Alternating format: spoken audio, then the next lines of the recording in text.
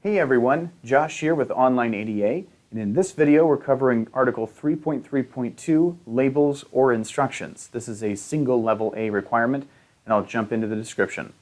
Labels or instructions are provided when content requires user input. It's real easy.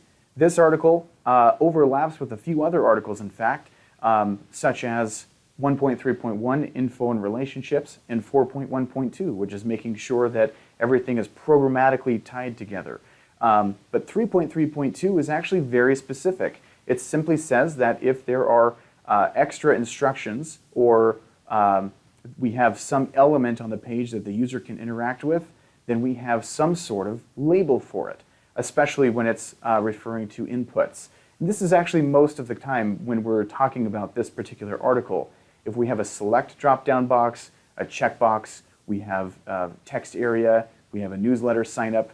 This isn't so much for buttons or links as it is for those inputs in a form.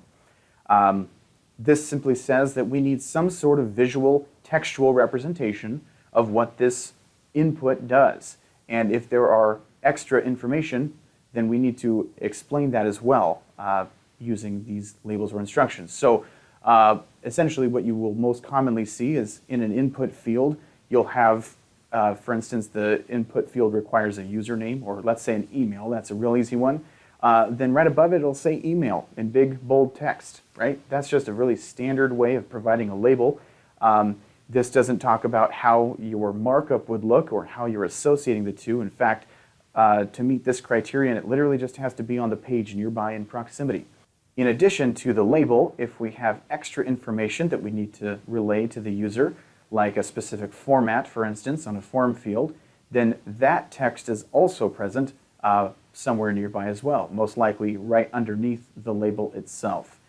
And that's all there is for this. We have a textual representation of what the input is or what is required from the user, and then extra information is there as well. That's the instructions part of that.